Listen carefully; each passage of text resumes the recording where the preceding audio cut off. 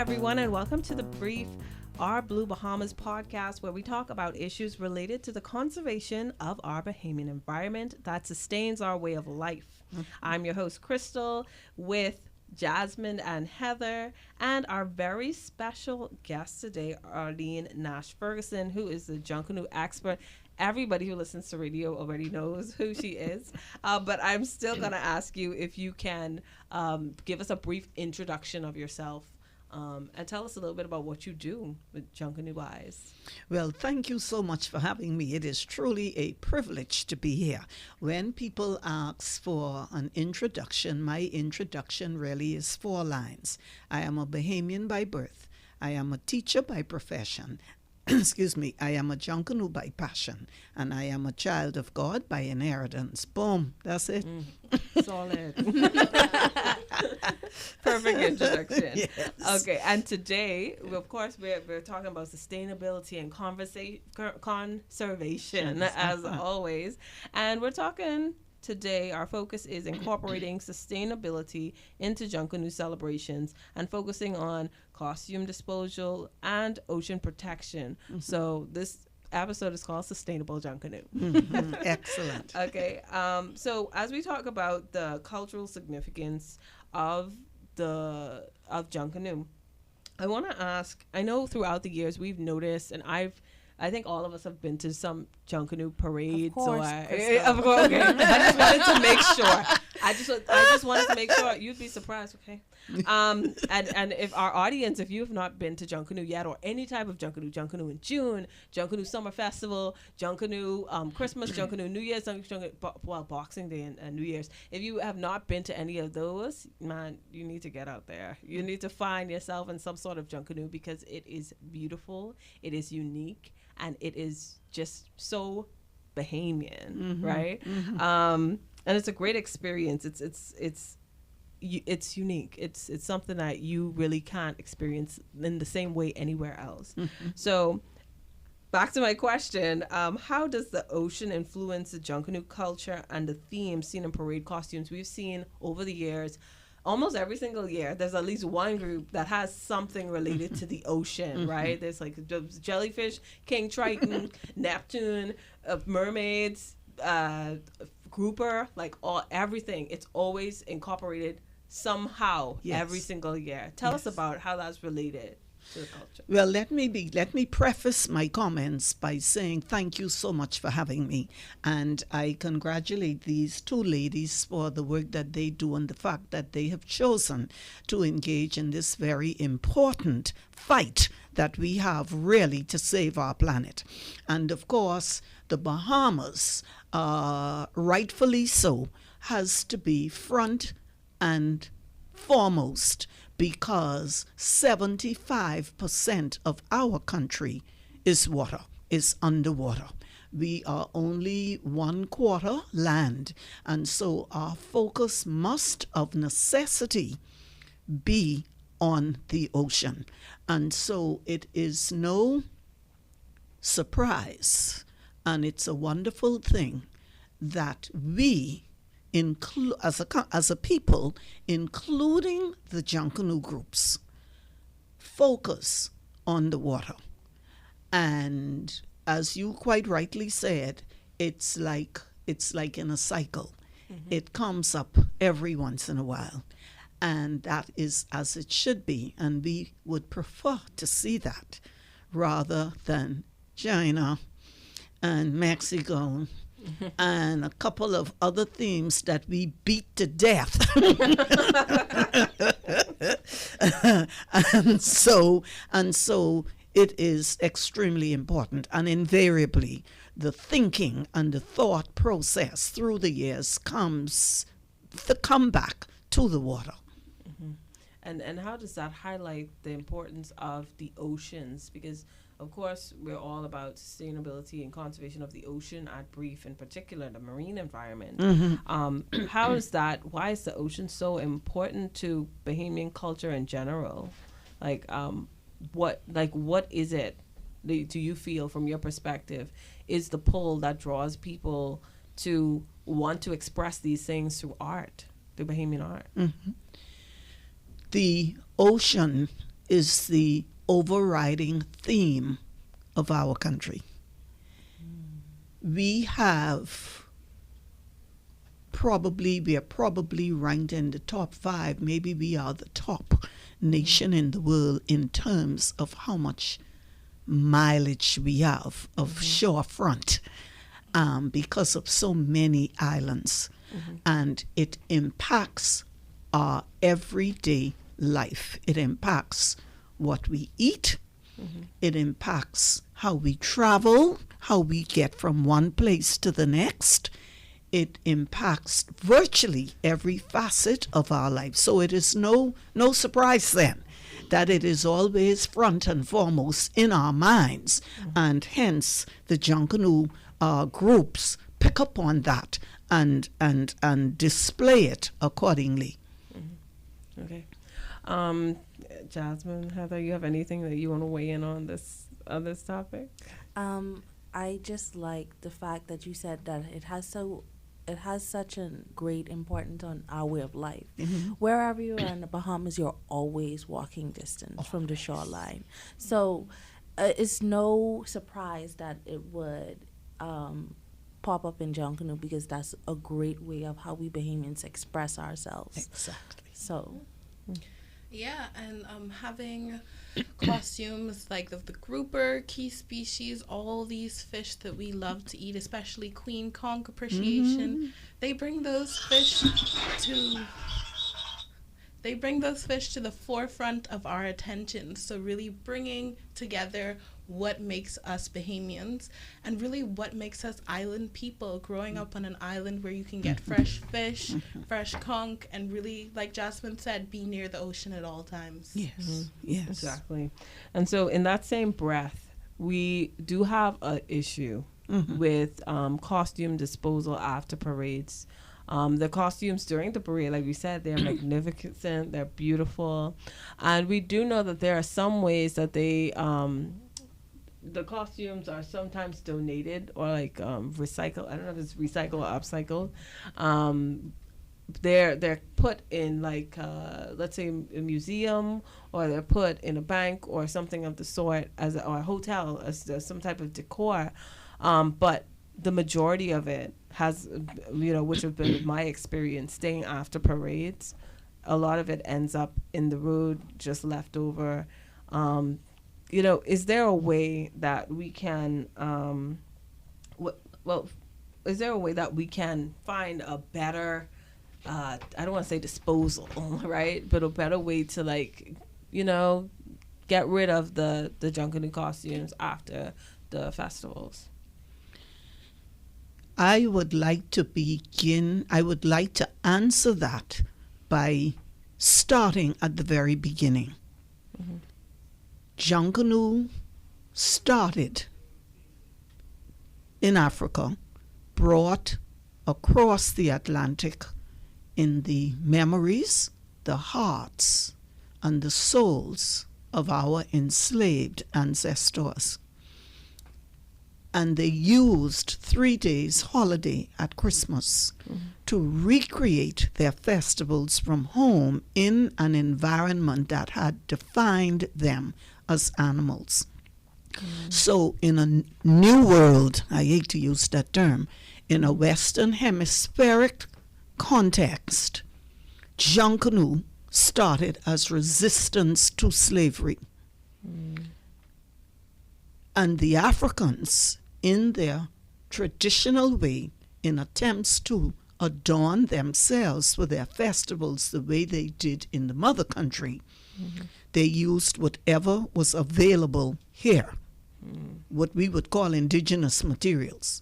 So you're looking at the sponge, you're looking at straw, you're looking at leaves and feathers and shells and whatever they could find. And we have no African voice that tells the story in the Bahamas. And so my take on the matter is that even the use of paper was resistance, was defiance, because slaves were not encouraged. In some cases, they were actually forbidden by law to learn to read and write. So when you decorate yourself with the paper that you are denied to use for other things, that is another example of a defiant spirit that refuses to be defined as an animal, that refuses to give up all of your history and your heritage. And so against that background then, we move into modern day Junkanoo, which at its core is still using discarded material. The base of our costumes is cardboard that we get either from the brewery or we get from the furniture stores when they throw away their big boxes. So at the very beginning of the Junkanoo process, we are recycling material that would otherwise be thrown into a landfill somewhere. We are recycling. That's how our costumes start. Now, your costume is cardboard based. For it to go up over our heads, we're using aluminum rods. Our finished product is crepe paper. Now, when we get to the end of the parade, and what you have seen on Bay Street, I could never explain it as well as Dr. Nicolette Bethel could, who is an anthropologist and who said words to the effect that in the African tradition, when you take off the costume, for want of a better way to put it, the spirit leaves. The costume is never the same when you wear it again. A Junkanoo costume is like a wedding dress. Yeah, very true. One time we wearing that. We are not wearing it again. When you come off Bay Street, you are going to make sure that you bring several pieces of your costume with you. When you get a call from a major resort that they have some big convention here, and the destination management companies have suggested to them, end with a bang, let's have Junkanoo on the big final last night. You have to be ready for that. So when you come off the parade, you are carrying your hat. You're bringing your hat back. And you are bringing what we call your show costume. We are bringing the pieces that you will be able to use for performances through the year. Separate and apart from that, if you are an off-the-shoulder dancer like me, your builder will tell you, bring that shoulder harness back, because those aluminum rods cost a small fortune. We will bring our shoulder harness back and we will put it out in the rain for the rain to soak the cardboard and to make it easy to take off. And while we are doing that, we are going to pick the costume, as we say in Junkanoo, because we cannot afford every year to start from scratch in purchasing those rods and feathers, and they cost a small fortune. And so you are going to pick your costume. You're taking them stones off. Some people even take the beads off to use again. You're definitely taking the feathers off. The feathers are almost like a mortgage. And so you are taking all of that off to recycle. And your builder, when the new season starts, your builder will use your aluminum frame and start to put cardboard on it and reinvent it again. So there is a lot of recycling that's going on in Junkanoo already. Now, in terms of the other thought I have about what we leave on Bay Street, so like I told you, we're not leaving anything that we can use again. The rest of it, We too tired to touch. We are exhausted. I live in no costume over the hill. I diet. And so, and so, we need to look at how we can assist the Junkanoos rather than criticizing them for what they do. We need to look at how we can assist them in doing what should be done with their costumes when the parade is over. So I have several questions. Go right ahead.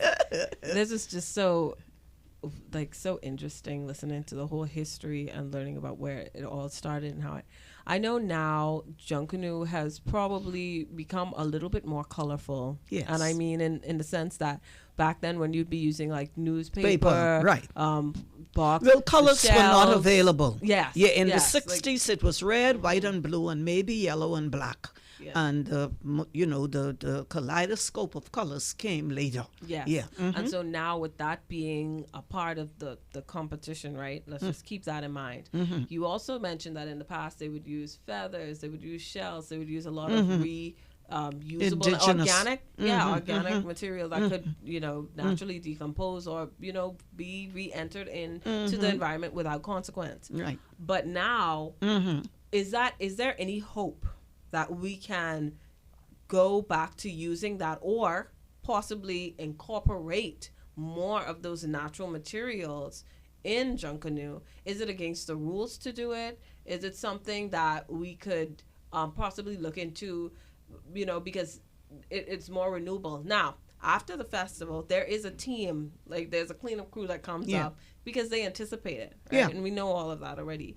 And when they come to clean it up, is there, it's just going right back basically to the dump and, what do you call it? The Shack.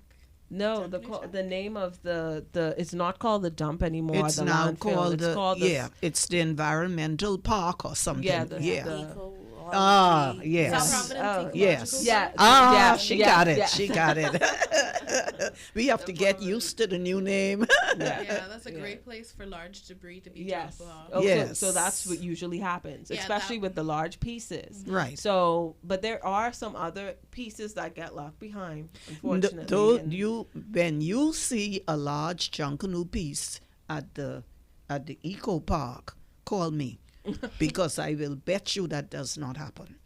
They cost too much. Those aluminum rods cost too much, and they are going to be reused the next year. That frame is going to be used again, and so nobody is throwing away large pieces. No, not any super large pieces anyway. no, not what we call the lead pieces. Yes, no.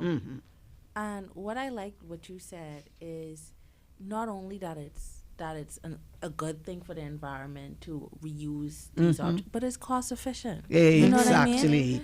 And that is top priority. The truth of the matter is that's more top priority than the environment. It's the cost, as much as we hate to say it, that's a fact. Yes.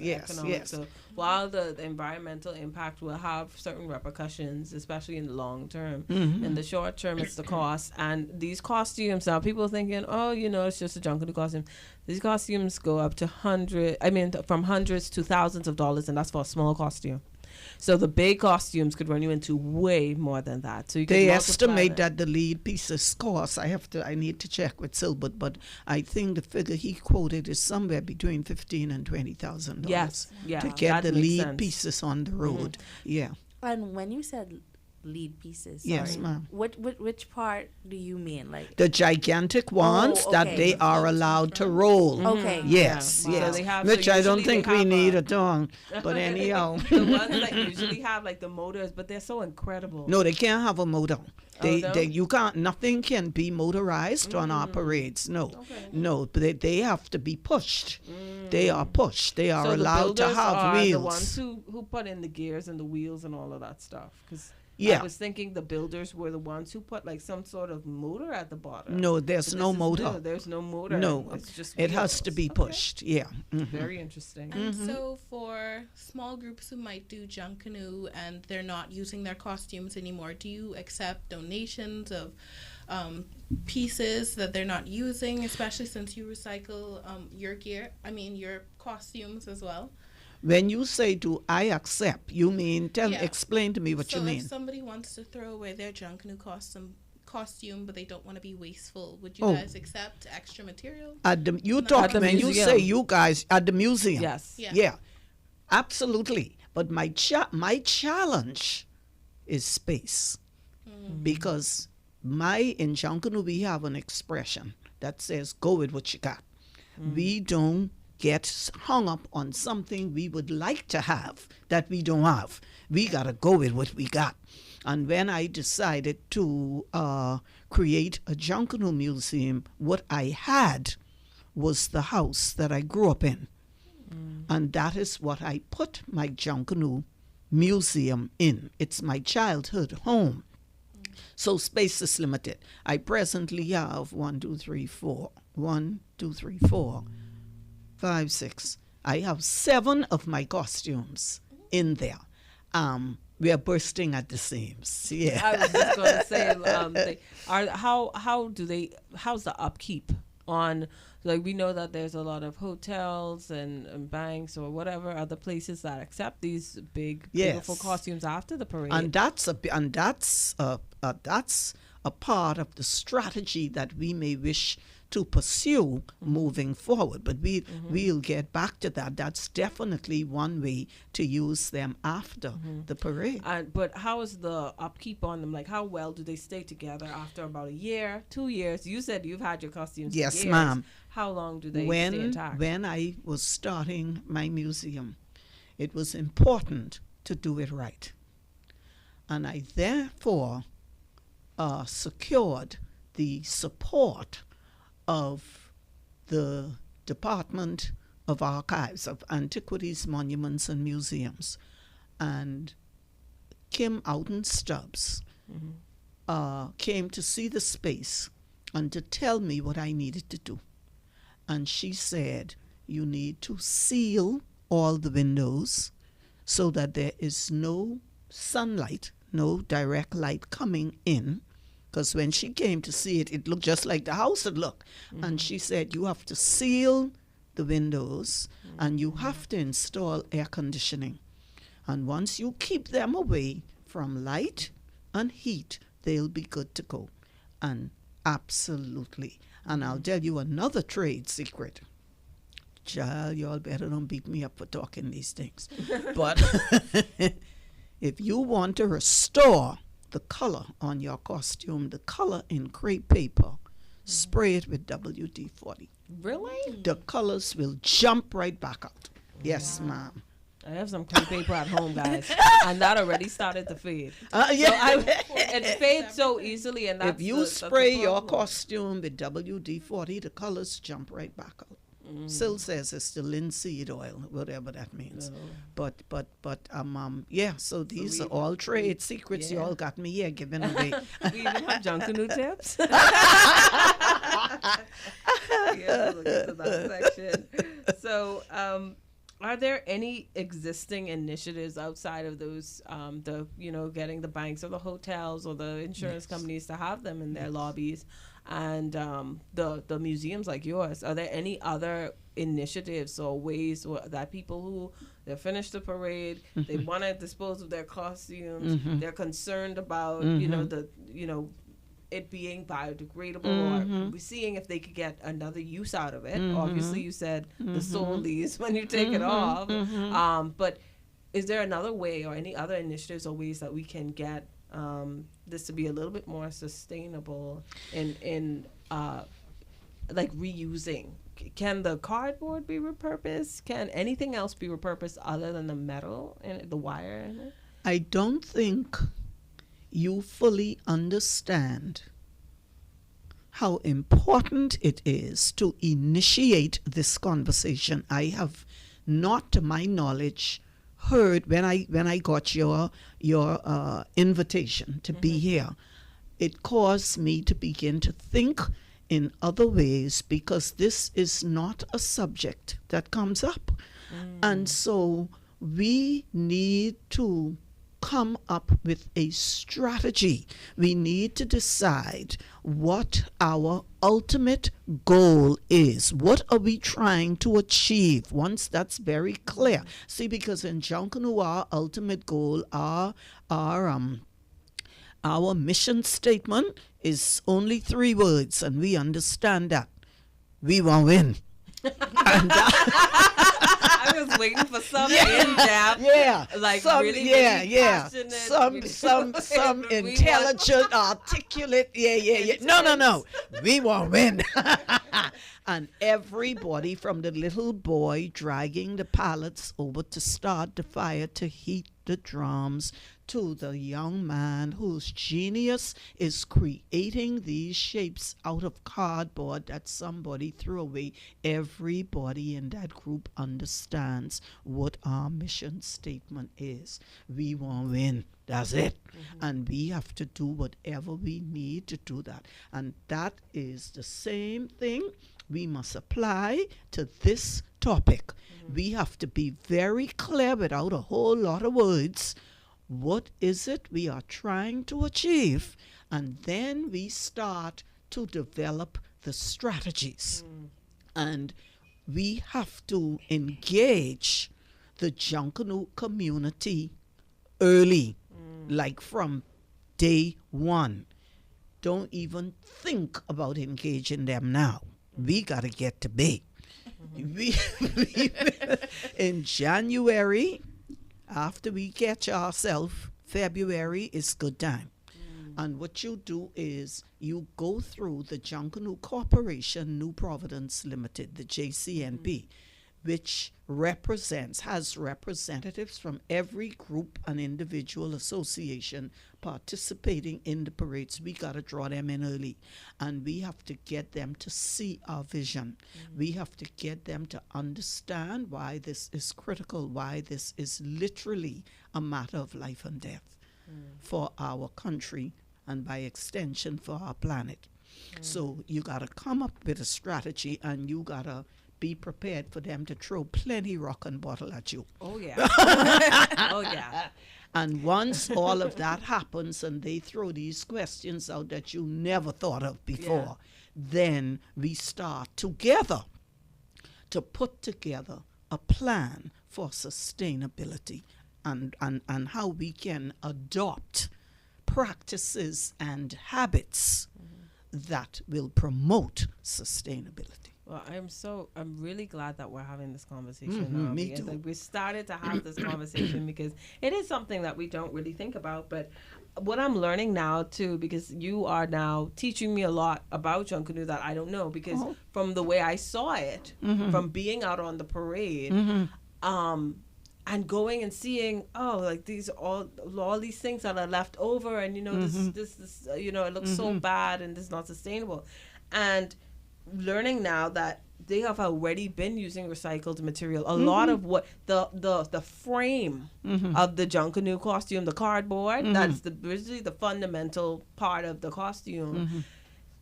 That is already recycled material. That is already something that we are reusing. Absolutely. That would have been just tossed aside Absolutely. without any thought to ever be reused. A lot of them will end up in places where they become decorations, right? So that's another way. And so they're being used longer and being reused, right? Because that's why I started at the beginning. Yeah, and so that is something that we don't really initially think about when we think about, oh my gosh, look at all this litter, right?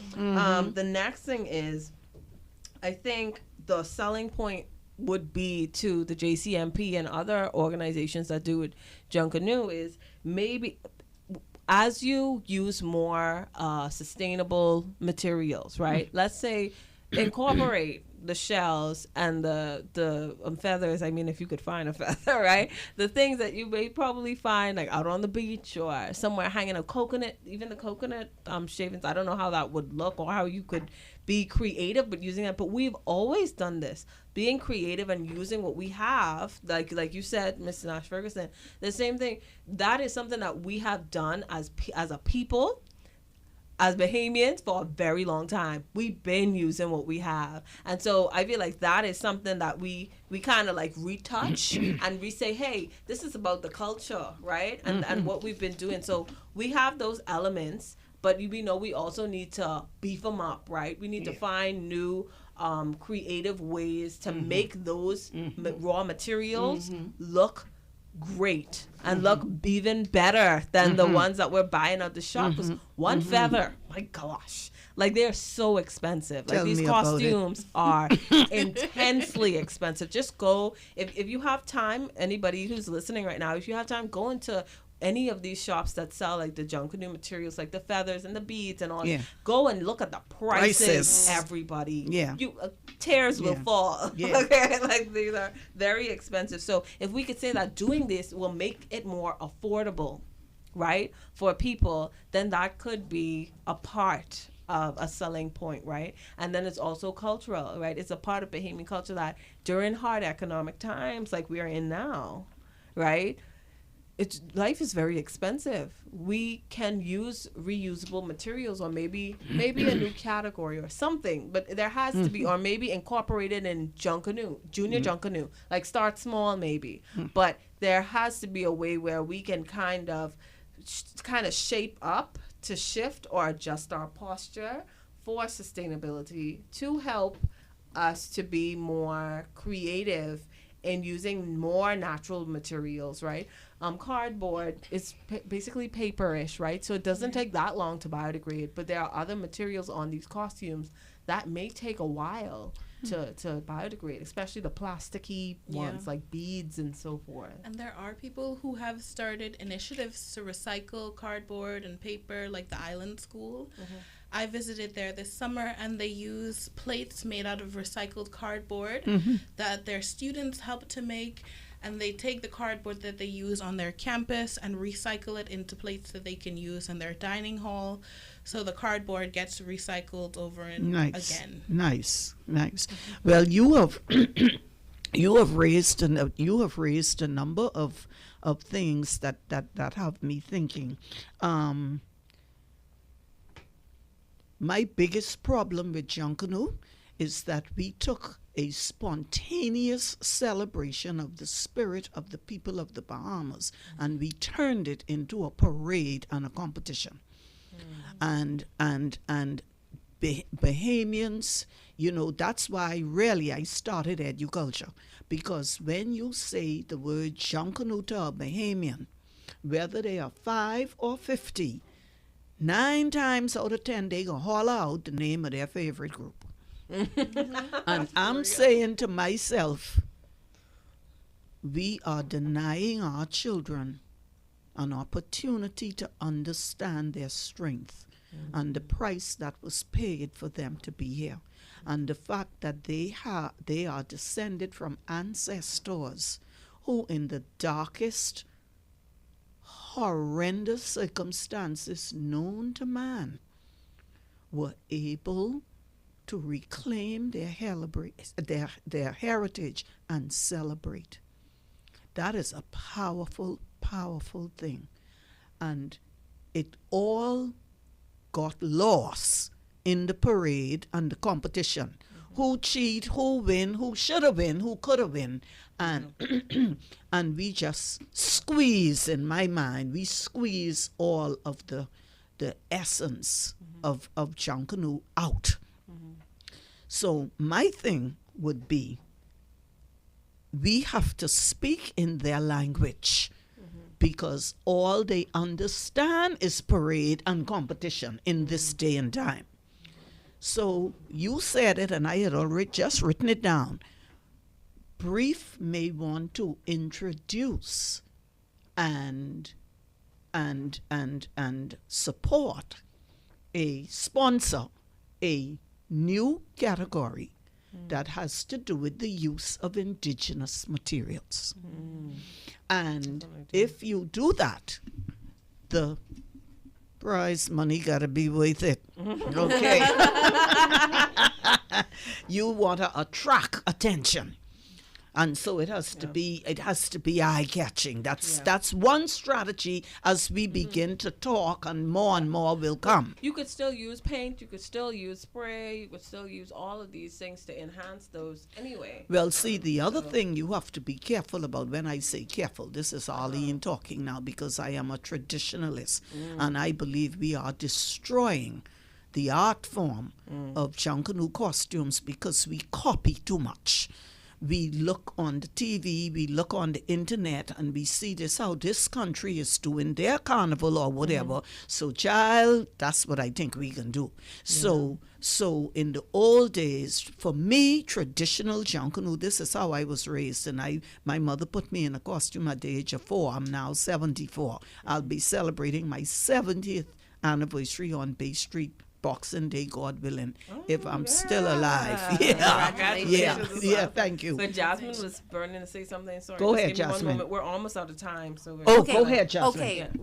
Okay, so you said Junkanoo at our very roots was a revolt, using the paper. Resistance, right. So right now, the Bahamas is on the forefront. We're one of the most vulnerable countries to climate change. Yes. And so how could Junkanoo now be the language to revolt in this way? Like, hey, we're a country.